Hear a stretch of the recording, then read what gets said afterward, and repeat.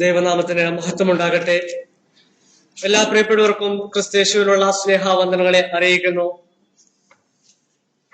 ഇവിടെ നിൽക്കുമ്പോൾ ഒരു സാക്ഷ്യത്തോടെ ബന്ധത്തിൽ ചില കാര്യങ്ങൾ പറയുവാനായിട്ടും ആഗ്രഹിക്കുകയാണ്.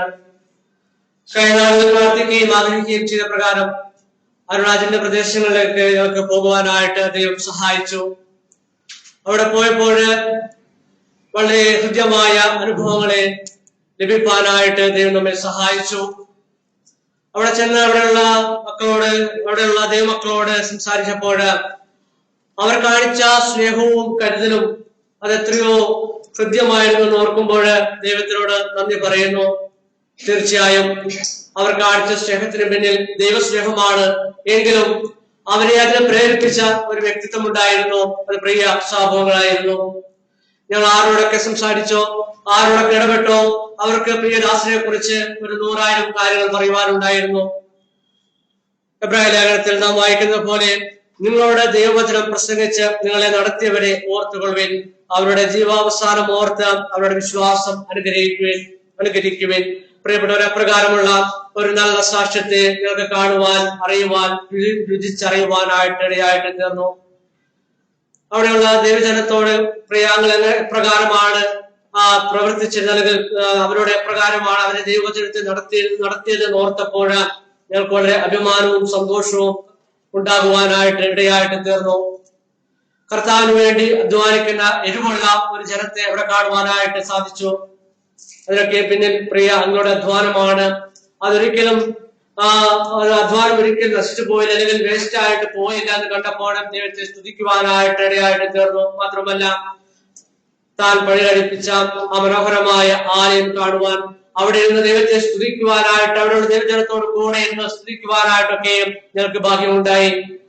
ഇത് വളരെ ദീർഘവീക്ഷണത്തോടെയുള്ള തന്റെ പ്രവർത്തനങ്ങളെ ഓർത്ത് ദൈവത്തെ സ്തുതിക്കുകയാണ്. അവിടെയുള്ള ദൈവജനത്തെ കുറിച്ചും ചില വാക്കുകൾ പറയുവാനായിട്ട് ആഗ്രഹിക്കുകയാണ്.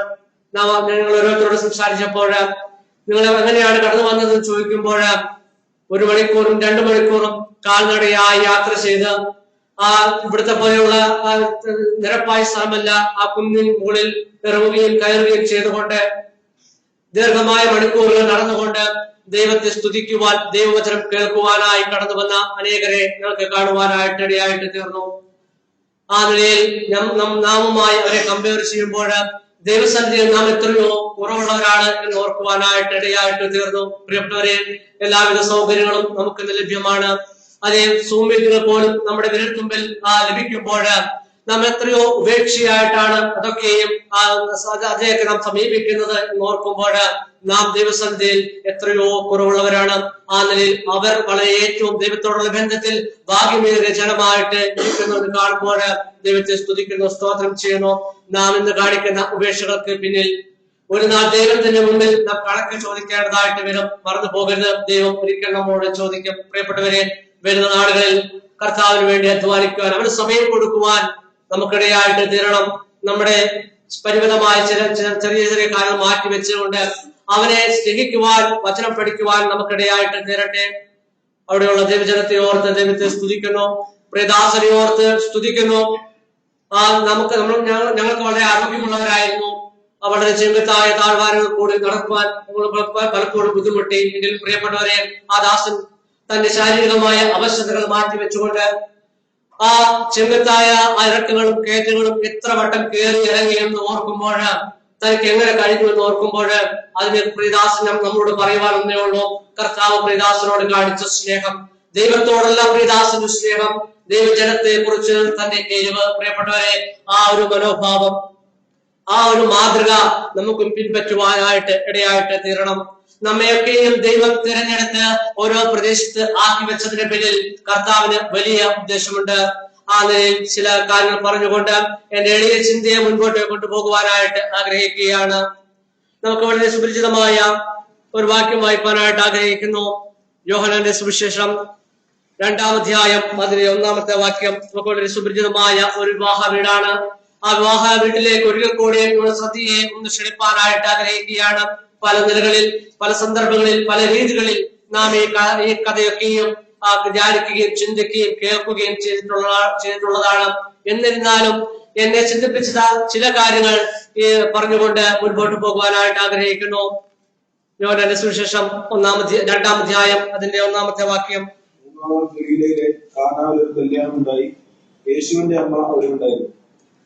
പ്രിയപ്പെട്ടവരെ, നമുക്ക് വളരെ സുപരിചിതമായ ഒരു അത്ഭുതം, ഒരു കല്യാണ വീട്.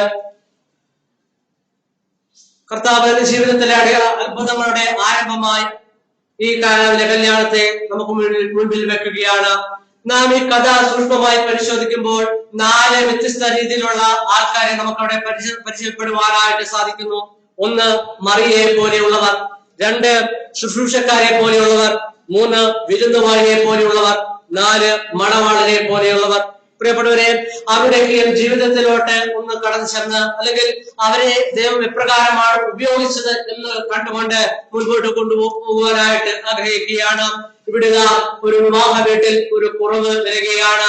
പ്രിയപ്പെട്ടവരെ, ആ കുറവിനെ മറിയ എപ്രകാരമാണ് സമീപിച്ചത് എന്ന് നമുക്ക് കാണുവാനായിട്ട് സാധിക്കുന്നു. വളരെ വിവേകത്തോടും ബുദ്ധിയോടും കൂടെ ആ പ്രശ്നത്തെ നോക്കിക്കാണുന്ന ഒരു മറിയയെ നമ്മുടെ കാണുകയാണ്. പ്രിയപ്പെട്ടവരെ, ആ ഗ്രഹത്തിനകത്ത് ഒരു പ്രശ്നം വന്നപ്പോൾ ആ ഗ്രഹത്തെ പ്രശ്നങ്ങൾ പുറത്തു പറയാതെ ആ ഗ്രഹത്തിനകത്ത് തന്നെ പറഞ്ഞു തീർക്കുന്ന, അല്ലെങ്കിൽ അതിനുള്ള വഴിയെ തുറക്കുന്ന ഒരു മറിയയുടെ നല്ല സ്വഭാവത്തെ നാം കാണുകയാണ്.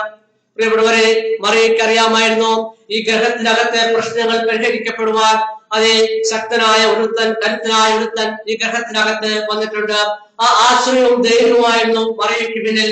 മറിയ ആ ഗ്രഹത്തിനകത്തെ കുറവ് കണ്ടെത്തി ആ ഗ്രഹത്തിനകത്ത് തന്നെ ആ പ്രശ്നത്തെ പരിഹരിക്കുവാനായി തീരുമാനിക്കുകയാണ്. പ്രിയപ്പെട്ടവരെ, നാം എങ്ങനെയാണ് ഈ ജീവിതത്തിൽ, ഈ ലോകത്തിലായിരിക്കുമ്പോൾ നമ്മുടെ കുടുംബങ്ങളിൽ, മറ്റുള്ള കുടുംബങ്ങളിൽ ഒരു പ്രശ്നം വരുമ്പോൾ, ഒരു കുറവ് വരുമ്പോൾ, നമ്മുടെ സഭയ്ക്കകത്ത് ഒരു കുറവ് വരുമ്പോൾ, ഒരു പോരായ്മ കടന്നു വരുമ്പോൾ നാം എങ്ങനെയാണ് പ്രശ്നത്തെ സമീപിക്കുന്നത്? പ്രിയപ്പെട്ടവരെ, ഒരുപക്ഷെ നാം ഈ വിഷയത്തിൽ വളരെയേറെ വ്യത്യസ്തമായ രീതിയിൽ പ്രതികരിക്കുന്നവരായിരിക്കും. ഒരുപക്ഷെ ആ ഗ്രഹത്തിനകത്തെ കുറവ് അവരറിയുന്നതിന് മുമ്പേ മറ്റുള്ളവർ അറിയുന്ന ഒരു പശ്ചാത്തലം, ഒരു സാഹചര്യം നാം ഉണ്ടാക്കിയെടുക്കാറില്ലേ?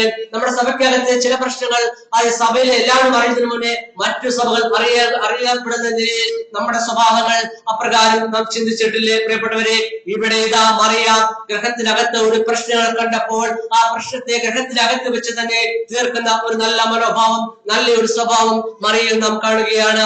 പ്രിയപ്പെട്ടവരെ, മറിയ അപ്രകാരം ആ വിവേകത്തോടും ആ ദൈവത്തോടുള്ള ആശ്രയത്തോടും ആ പ്രശ്നത്തെ സമീപിച്ചപ്പോൾ നമുക്ക് കാണുവാനായി സാധിക്കുന്നത് അവിടെ വലിയ അത്ഭുതം സംഭവിക്കുന്നു. ദൈവത്തിന്റെ നാമം അവിടെ വെളിപ്പെടുവാനായിട്ട് ഇടയായിട്ട് തീരുകയാണ്. തീർന്നില്ല, മറിയ പിന്നെയും അവിടെ ഒരു ശുശ്രൂഷക്കാരെ അവിടെ ഒരുക്കി നിർത്തുന്നതായി കാണുകയാണ്. ആ ശുശ്രൂഷക്കാരെ നമുക്ക് അതായത് അവിടെ സഹായികളായി നിൽക്കുന്ന ആ വ്യക്തിത്വങ്ങളെ കുറിച്ചും നമുക്കൊന്ന് കാണാം. പ്രിയപ്പെട്ടവരെ, അവരുടെ വ്യത്യസ്തമായ ഒരു സ്വഭാവം, അല്ലെങ്കിൽ നല്ലൊരു സ്വഭാവം നമുക്കിവിടെ കാണുവാനായിട്ട് സാധിക്കുകയാണ്. അവർ മറിയയുടെ വാക്കിന് വില കൊടുത്ത് സജ്ജരായി നിൽക്കുന്ന ഒരു കാഴ്ച നാം കാണുകയാണ്. പ്രിയപ്പെട്ടവരെ, മറ്റുള്ളവരുടെ വാക്കിനും വില കൊടുക്കുന്ന, മറ്റുള്ളവരുടെ വാക്കിനെ മാനിക്കുന്ന, അനുസരിക്കുന്ന ശുശ്രൂഷക്കാരുടെ സഹായത്തോടെ നല്ല ഒരു മനോഭാവം, മാത്രമല്ല ഒരുങ്ങിയിരിക്കുന്ന ഒരു മനോഭാവം നമ്മുടെ കാണുകയാണ്. പ്രിയപ്പെട്ടവരെ, ആ ശുശ്രൂഷക്കാർ അപ്രകാരം ഒരുങ്ങി നിൽക്കുന്നു. അവർ സജ്ജരായിട്ട് അവിടെ നിൽക്കുകയാണ്. അവരങ്ങനെ നിന്നപ്പോൾ അവരെ കർത്താവ് അവിടെ ഉപയോഗിക്കുന്ന ഒരു കാഴ്ചയും നാം കാണുകയാണ്. നമുക്കറിയാം, ഈ കഥയിൽ ഈ ഒരു വിവാഹത്തില് പണ്ടുകാലത്തെ വിവാഹങ്ങളെ കുറിച്ച് നാം പഠിക്കുമ്പോൾ ആ വിവാഹം എല്ലാ വിവാഹങ്ങളും 3 ദിവസം അല്ലെങ്കിൽ 7 ദിവസമൊക്കെ നീണ്ടു നിൽക്കുന്നതായിട്ട് നാം കാണുന്നു. ആ വിവാഹത്തിലെ 1-ാം ദിവസം പ്രഭുക്കന്മാരും രാജാക്കന്മാരും കടന്നു വരും. 3-ാം ദിവസം പുരോഹിതന്മാരും പ്രവാചകന്മാരൊക്കെ കടന്നു വരും. 3-ാമത്തെ ദിവസമാണ് ആ സാധാരണക്കാരെ ക്ഷണിക്കുന്ന ഒരു കാര്യം നാം കാണുന്നത്. അപ്രകാരം 3-ാമത്തെ ദിവസമാണ് കർത്താവിനെ അവർ ക്ഷണിച്ചത് നാം കാണുകയാണ്.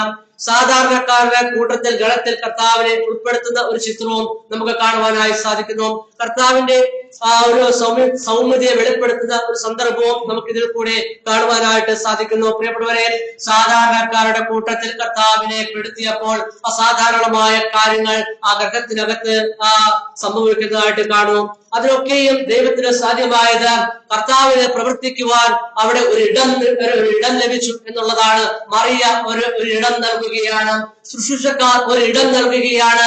കർത്താവിനെ പ്രവർത്തിക്കുവാൻ ഒരിടം ആവശ്യമുണ്ട്.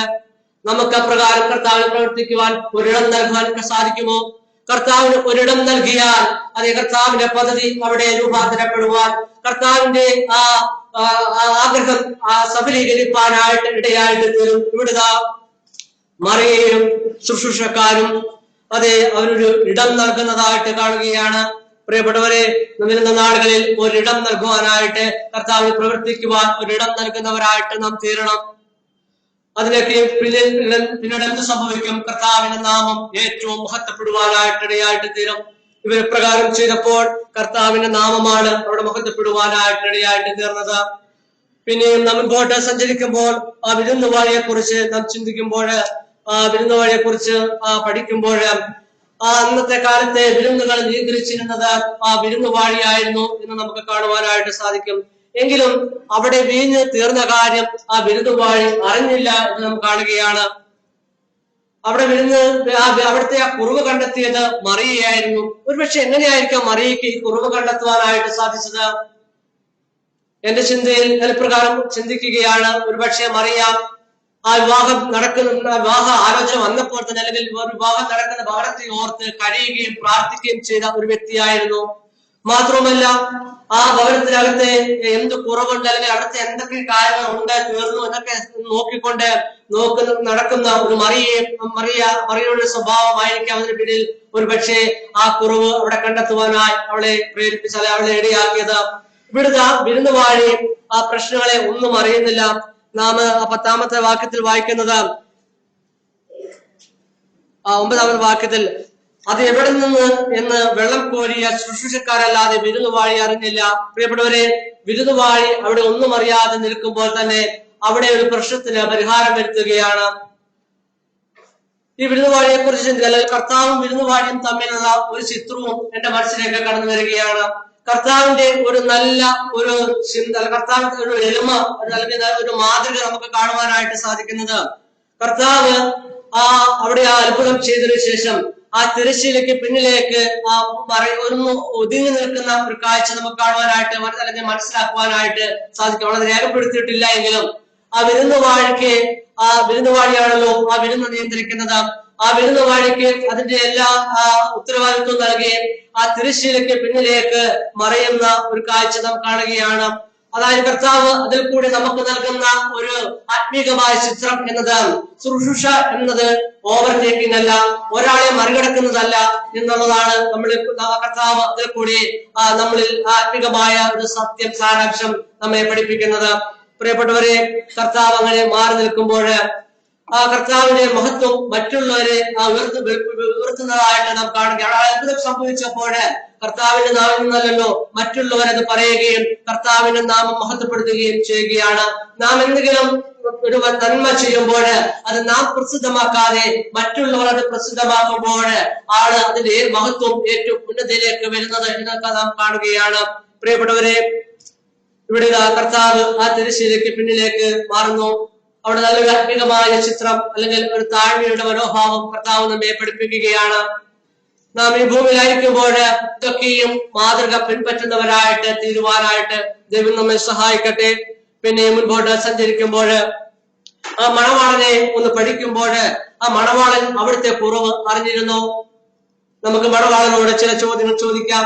മണവാള, നിനക്ക് വേണ്ടി വെള്ളം കോരിയത് നീ അറിഞ്ഞായിരുന്നോ? നിന്റെ കുറവ് മറിയ കണ്ടെത്തിയത് നീ അറിഞ്ഞായിരുന്നോ? ഈ പച്ചവെള്ളത്തെ നിനക്ക് വേണ്ടി കർത്താവ് വീഞ്ഞാക്കിയത് നീ അറിഞ്ഞായിരുന്നോ? തീർച്ചയായും മണവാളൻ പറയും, ഇല്ല, ഞാനൊന്നും അറിഞ്ഞില്ല. പ്രിയപ്പെട്ടവരെ, മണവാളൻ അറിയാതിരിക്കെ തന്നെ ആ മണവാളന്റെ ഗ്രഹത്തിനകത്തെ കുറവ് അവിടെ മാറ്റപ്പെടുകയാണ്. ഒരുപക്ഷെ ഞാൻ ആദ്യം പറഞ്ഞതുപോലെ ആ മണവാളനെ കുറിച്ച് അനേകർ ചിലർ പ്രാർത്ഥിച്ചിരിക്കാം, അനേകർ അവനെ കരുതിയിരിക്കാം, സ്നേഹിച്ചിരിക്കാം. പ്രിയപ്പെട്ടവരെ, ആ മണവാളൻ അറിയാതെ തന്നെ മണവാളന്റെ കുറവുകളെ മാറ്റുന്ന ഒരു ദൈവത്തെ നാം കാണുകയാണ്. കാരണം നമുക്ക് കാണുന്നു, ആ വെള്ളം കോരിയത് എവിടെ നിന്ന് ശുശ്രൂഷക്കാരനല്ലാതെ വിരുന്നുവാഴി അറിഞ്ഞില്ല. മാത്രവുമല്ല, ആ വിരുന്നുവാഴി 10-ാം അധ്യായത്തിൽ മണവാളനോട് ചോദിക്കുകയാണ്, ഇവിടെ ആദ്യം നല്ല വീഞ്ഞും ലഹരി പിടിച്ച ശേഷം എളുപ്പമായതും കൊടുക്കാറുണ്ട്, നീ നല്ല വീഞ്ഞ് ഇതുവരെ സൂക്ഷിച്ചു വെച്ചുവല്ലോ എന്ന് അവനോട് പറഞ്ഞു. ഒരുപക്ഷെ വളരെ ആശ്ചര്യത്തോടു കൂടെ നിൽക്കുന്ന ഒരു മണവാളിനെയാണ് നാം കാണുന്നത്. ഒന്നും അറിയാതിരിക്കെ തന്നെ തന്റെ കുറവുകളെ, തന്റെ പ്രശ്നങ്ങളെ മാറ്റിയ ഒരു ദൈവസ്നേഹത്തെ നാം ഇവിടെ കാണുകയാണ്. പ്രിയപ്പെട്ടവരെ, മറ്റുള്ളവരെ ഓർത്ത് പ്രാർത്ഥിക്കുവാൻ, കരയുവാൻ, സഭയെ ഓർത്ത്, വ്യക്തിത്വങ്ങളെ ഓർത്ത് കരയുവാൻ, പ്രാർത്ഥിക്കുവാൻ നമുക്ക് ഇടയാകുമെങ്കിൽ പുറം ലോകം അറിയാതെ പ്രശ്നങ്ങൾ പരിഹരിക്കപ്പെടുവാനായിട്ട് ഇടയായിട്ട് തീരും. ആ കുറവുകൾ മാറുവാനായിട്ട് ഇടയായിട്ട് തീരും. അത്ഭുതങ്ങൾ അവിടെ ഉണ്ടാകുവാനായിട്ട് ഇടയായിട്ട് തീരും. യോഹന്നാന്റെ സുവിശേഷത്തിൽ തന്നെ 14-ാം അധ്യായത്തിലൂടെ കടന്നു വരുമ്പോൾ മറ്റുള്ളവരെ ഓർത്ത് പ്രാർത്ഥിക്കുന്ന കർത്താവിനെ നമുക്ക് അവിടെ കാണുവാനായിട്ട് കഴിയും. പ്രിയപ്പെട്ടവരെ, മറ്റുള്ളവരെ ഓർത്ത് പ്രാർത്ഥിക്കുവാൻ നമുക്ക് ബാധ്യതയുണ്ട്. ഒരുപക്ഷെ മറ്റുള്ളവർ പ്രാർത്ഥിച്ചുകൊണ്ടായിരിക്കാം ആ മണവാളൻ അറിയാതിരിക്കെ തന്നെ മണവാളന്റെ കുറവുകൾ ഇവിടെ പരിഹരിക്കപ്പെടുന്നത്. പ്രിയപ്പെട്ടവരെ, എത്ര മനോഹരമായ ഒരു അനുഭവമാണ് മണവാളനെ സംബന്ധിച്ച് ഇവിടെ ഉണ്ടാകുന്നത് എന്ന് നമുക്ക് നോക്കിക്കാണാമല്ലോ. പ്രിയപ്പെട്ടവരെ, നമ്മുടെയൊക്കെയും ജീവിതത്തിൽ മറ്റുള്ളവർ നമ്മളെ ഓർത്ത് പ്രാർത്ഥിക്കുമ്പോൾ നാം തന്നെ അറിയാതിരിക്കെ നമ്മുടെ പ്രശ്നങ്ങൾ എത്രയോ വട്ടം മാറിപ്പോയിട്ടുണ്ട്. അതിനൊക്കെ പിന്നിൽ മറ്റുള്ളവരുടെ പ്രാർത്ഥനയാണ്, കണ്ണുനീരാണ് എന്ന് മറന്നു പോകരുത്. വരുന്ന ദിവസങ്ങളിലും മറ്റുള്ളവരെ ഓർത്ത് കരയുവാനും പ്രാർത്ഥിക്കുവാനും അവരെ കരുതുവാനും ദൈവം നമ്മെ സഹായിക്കട്ടെ. ആ നിലയിലൊക്കെയും ഇവിടെ പ്രവർത്തിച്ചപ്പോൾ, അവരൊക്കെയും ആ നിലകളിലായിരുന്നപ്പോൾ ദൈവനാമം മഹത്വപ്പെടുവാനായിട്ട് ഇടയായിട്ട് തീർന്നു. 15-ാം വാക്യത്തിൽ വായിക്കുന്നു, നല്ല മഹത്വം അവിടെ വെളിപ്പെടുവാനായിട്ട് ഇടയായിട്ട് തീർന്നു. പ്രിയപ്പെട്ടവരെ, അതിനൊക്കെ കർത്താവിന് സാധ്യമായി തന്നത് അവിടെ ഒരിടം ലഭിച്ചു എന്നുള്ളതാണ്. വരുന്ന ദിവസങ്ങളിൽ കർത്താവ് പ്രവർത്തിക്കുവാൻ നമുക്കൊരിടം നൽകാം. കർത്താവിൽ നാമത്തിൽ മഹത്വപ്പെടുവാൻ അനേകർ കണ്ട് വിശ്വസിക്കുവാനായിട്ട് ഇടയായിട്ട് തീരാം. പ്രിയപ്പെട്ടവരെ, ഈ കല്യാണ വീട്ടിൽ നിന്ന് ഒരു മരണ വീട്ടിലേക്ക് നമ്മൾ ശ്രദ്ധയെ ഒന്ന് തിരിപ്പാനായിട്ട് ആഗ്രഹിക്കുകയാണ്. യോഹന്നാന്റെ സുവിശേഷം തന്നെ 15-ാം അധ്യായം 20-ാമത്തെ വാക്യം. യോഹന്നാന്റെ സുവിശേഷം 15-ാം അധ്യായം 20-ാം വാക്യം വളരെ സുപരിചിതമായ ലാസറിന്റെ ഭവനം, ലാസറിന്റെ മരണം. പ്രിയപ്പെട്ടവരെ, ആ മരണ വീട്ടിലെ ഓരോ ദൃശ്യങ്ങളും നമുക്ക് വളരെ സുപരിചിതമാണ്. ആ വാക്യം കൂടെ ഒന്ന് വായിച്ച് മുൻപോട്ട് പോകാനായിട്ട് ആഗ്രഹിക്കുന്നു.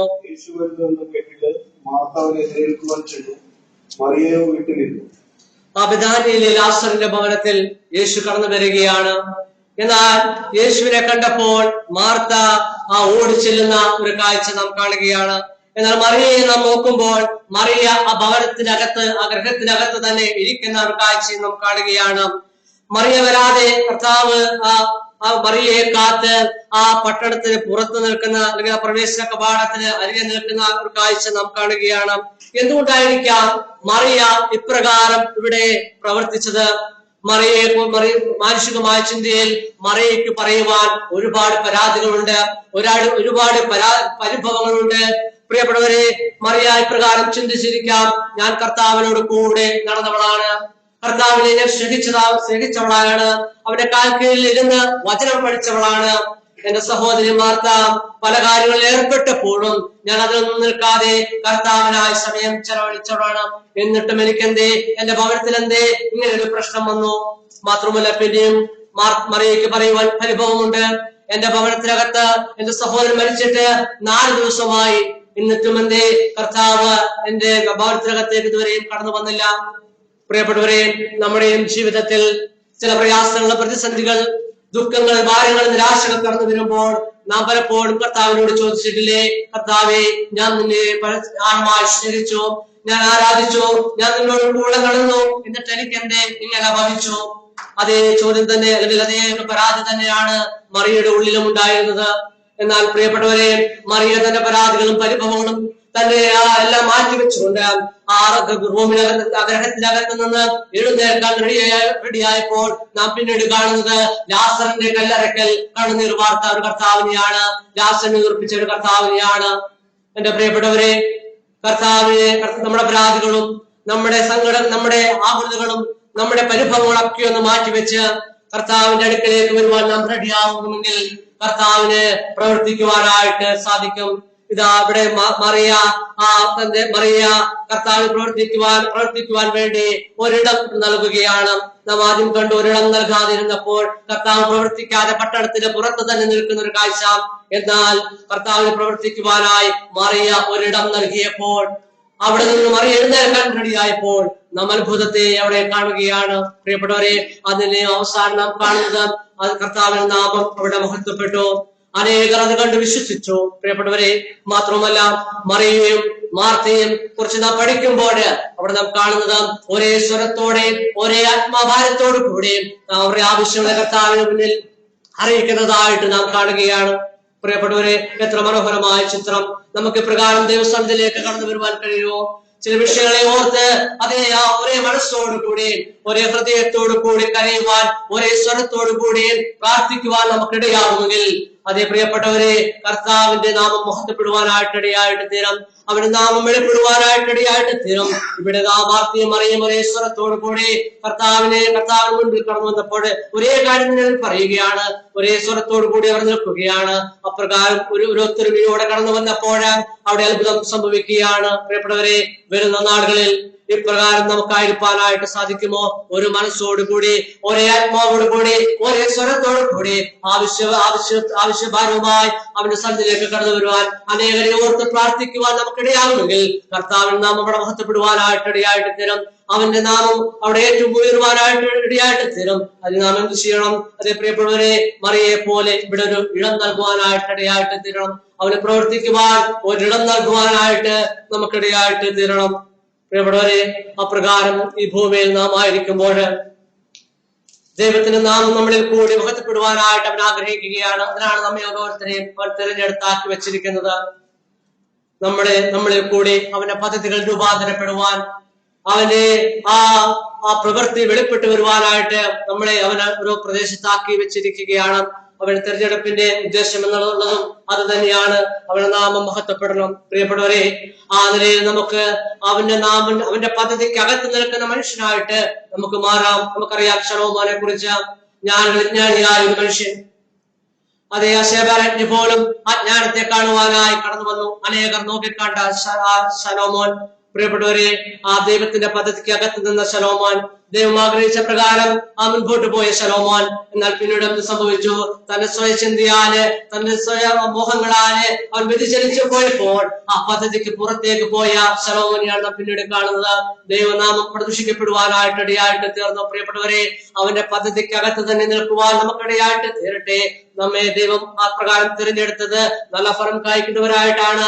മാത്രമല്ല, ഫലം കായ്ച്ചതിനെ നിലനിർത്തുന്നവരായിട്ട് തീരുവാൻ വേണ്ടിയാണ്. പ്രിയപ്പെട്ടവരെ, അവന് നമ്മളെ കൊണ്ടൊരു ഉദ്ദേശമുണ്ട്.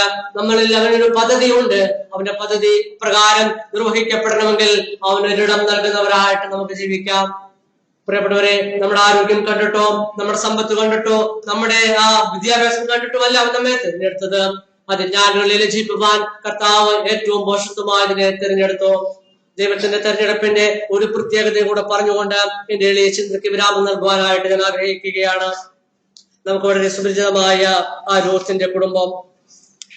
പ്രിയപ്പെട്ടവരെ, ആ ബേത്ലഹേം എന്ന ആ കഥ കൂടി പറഞ്ഞുകൊണ്ട് നമുക്ക് വളരെ സുപരിചിതമായതുകൊണ്ട് വാക്യങ്ങളൊന്നും എടുത്ത് വായിക്കുന്നില്ല. എങ്കിലും ആ കഥയൊന്ന് പറഞ്ഞുകൊണ്ട് നിർത്തുവാനായിട്ട് ആഗ്രഹിക്കുകയാണ്. ആ ബേത്ലഹേം എന്ന പട്ടണത്തിൽ പാർത്തിരുന്ന നവോമി, അവളുടെ ഭർത്താവ് എലീമലേക്ക് 2 പുത്രന്മാര്. പിന്നീട് കുറെ കാലം കഴിഞ്ഞപ്പോൾ ആ ബേത്ലഹേം എന്ന പട്ടണത്തിൽ ക്ഷാമം വന്നപ്പോൾ മോവാബ് ദേശത്തേക്ക് പോയി. അവിടെ വെച്ച് എലീമലേക്ക് മരണപ്പെടുകയാണ്. ആ കുടുംബത്തിന്റെ ആശ്രയമായിരുന്ന ഒരു പുരുഷൻ മരണപ്പെടുന്ന ഒരു കാഴ്ച. പ്രിയപ്പെട്ടവരെ, പിന്നീട് മുൻപോട്ട് പോകുമ്പോൾ 2 ആൺമക്കളെയും അവിടെ നഷ്ടപ്പെടുകയാണ്. അതിനിടയിൽ അവർ വിവാഹം കഴിക്കുന്നു. പ്രിയപ്പെട്ടവരെ, നമുക്കറിയാം 2 സഹോദരന്മാർ ആ വീട്ടിലേക്ക് കടന്നു വരികയാണ്. എങ്കിലും പ്രിയപ്പെട്ടവരെ, ആ കുറെ കാലം കഴിഞ്ഞപ്പോൾ ആ 2 ആൺമക്കളെയും നഷ്ടപ്പെടുന്ന ആ ഒരു കുടുംബത്തെ നാം അവിടെ കാണുകയാണ്. പുറത്തുനിന്ന് നോക്കിയാൽ 3 പുരുഷന്മാർ ഭരിച്ച ഒരു ഭവനം, ശാപം നിറഞ്ഞൊരു ഭവനമെന്ന് ആ സമൂഹം പറയുകയാണ്. സമൂഹത്തിൽ നിന്ന് തള്ളപ്പെട്ടു പോയ ഒരു കുടുംബത്തെയാണ് നമുക്കിവിടെ കാണുവാനായിട്ട് സാധിക്കുന്നത്. എന്നാൽ കാലം കുറെ കഴിഞ്ഞപ്പോൾ ആ രൂത്തിന്റെ വീണ്ടെടുപ്പുകാരനായ ക്രിസ്തുവിന്റെ നിഴലായ ബോവസ് കടന്നു വരികയാണ്. ആ ബോവസിനെ കുറിച്ച് നാം പഠിക്കുമ്പോൾ, ആ ബോവസിന്റെ ചരിത്രം നാം നോക്കുമ്പോൾ അവന്റെ ആ അമ്മ രാഹാബ് ഒരു വേശ്യ സ്ത്രീയായിരുന്നു എന്ന് കാണുകയാണ്. ഒരു നിലയിൽ പറഞ്ഞ ആ കുടുംബത്തിനകത്തേക്ക് മറ്റുള്ളവർ നോക്കുമ്പോൾ എല്ലാ നിലയിലും മോശപ്പെട്ട തള്ളപ്പെട്ട ഒരു കുടുംബം. എന്നാൽ പ്രിയപ്പെട്ടവരെ, കാലം കഴിഞ്ഞപ്പോൾ ആ ബോവസിൽ നാം കാണുകയാണ്. പിന്നീട് ബോവസ് രൂത്തിൽ ഒബേദിനെ ജനിപ്പിച്ചു, ഒബേദ് ഇശായിയെ ജനിപ്പിച്ചു, ഇശായി ദാവീദിനെ ജനിപ്പിച്ചു. പ്രിയപ്പെട്ടവരെ, ദാവീദിന്റെ ആ പരമ്പരയിലേക്ക് യേശു ക്രിസ്തു കടന്നു വരികയാണ്. സമൂഹം മോശപ്പെട്ട തള്ളപ്പെട്ടെന്ന് ശാപം നിറഞ്ഞ ഭവനമെന്ന് എഴുതി തള്ളിയപ്പോൾ അവരെ തിരഞ്ഞെടുത്ത, ആ കുടുംബത്തെ തിരഞ്ഞെടുത്ത കർത്താവിനെ നാം കാണുകയാണ്. ആ ഭവനത്തിനകത്ത് കർത്താവ് ജനിക്കുന്ന ഒരു കാഴ്ച. പ്രിയപ്പെട്ടവരെ, കർത്താവിന്റെ തിരഞ്ഞെടുപ്പിന്റെ ഒരു പ്രത്യേകതയാണ് നമുക്കിവിടെ കാണുവാനായിട്ട് സാധിക്കുന്നത്. അവൻ നമ്മെ അപ്രകാരമൊക്കെ നമ്മുടെ ബലഹീനതയെ കണ്ട്, നമ്മുടെ കുറവുകളെയും പോരായ്മകളെയും കണ്ടാണ് നമ്മെ തിരഞ്ഞെടുത്തത്. നമ്മുടെ ആരോഗ്യമോ നമ്മുടെ ഒരു നന്മയും കണ്ടിട്ടല്ല അവൻ തിരഞ്ഞെടുത്തത്. അത് പ്രിയപ്പെട്ട പ്രകാരം അവൻ നമ്മെ തിരഞ്ഞെടുത്ത് ഓരോ ഇടങ്ങളിൽ ആക്കി വെച്ചിരിക്കുകയാണ്. എന്തിനു വേണ്ടിയാണ്? അവന്റെ നാമം നമ്മളിൽ കൂടി മഹത്വപ്പെടുവാനായിട്ട്, അവന്റെ നാമം ഏറ്റവും ഉയരുവാനായിട്ട്, അവന്റെ പദ്ധതികളിൽ നമ്മളിൽ കൂടെ രൂപാന്തരപ്പെടുത്തുവാൻ, അവന്റെ പ്രവർത്തികൾ നമ്മളിൽ കൂടി ചെയ്യുവാൻ, അപ്രകാരം അനേകർ അത് കണ്ട് വിശ്വസിക്കുവാൻ, അനേകർ ദൈവത്തിലേക്ക് കടന്നു വരുവാനായിട്ട് ഇടയായിട്ട് തീരും. നാം കണ്ട കഥകളിലൊക്കെയും അതിന്റെ അവസാനം പ്രകാരമായിരുന്നു. അവന്റെ നാമമാണ് മഹത്വപ്പെട്ടത്. പ്രിയപ്പെട്ടവരെ, നാം എങ്ങനെയായിരിക്കണം ഈ ഭൂമിയിൽ? നാം നിമിത്തം ദൈവനാമം ദുഷിക്കുവാനായിട്ടാണ് കഴിഞ്ഞാളുകൾ ഇടയായിട്ട് തീർന്നത്. നമ്മളെ തന്നെ ഒന്ന് ശോധന ചെയ്ത്, നമ്മളെ തന്നെ ഒന്ന് വിലയിരുത്തി, വരുന്ന നാളുകളിൽ ഈ ഭൂമിയിലായിരിക്കാൻ ദൈവം നമ്മെ സഹായിക്കട്ടെ. കർത്താവിന് പ്രവർത്തിക്കുവാനായിട്ട് ഒരിടം നൽകിക്കൊണ്ട് അവന്റെ പദ്ധതിക്ക് അകത്ത് തന്നെ നിൽക്കുവാനായിട്ട് നമുക്കിടയായിട്ട് തീരാം. ഒരേ മനസ്സോടുകൂടെ, ഒരേ ചിന്തയോടുകൂടി, ഒരേ ആത്മബാധ്യത്തോടുകൂടി അവന്റെ സന്നിധിയിലായിരിക്കാം. ഈ വചനങ്ങളാൽ ദൈവം നമ്മെ ഓരോരുത്തരെ അനുഗ്രഹിക്കുകയും സഹായിക്കുകയും ചെയ്യട്ടെ. ഇങ്ങനെ സമയം തന്ന ദൈവസഭയോടുള്ള നന്ദി അറിയിക്കുന്നു. അവന് വലിയൊരു നാമം ഇന്നും എന്നേക്കും മഹത്വപ്പെടുമാറാകട്ടെ.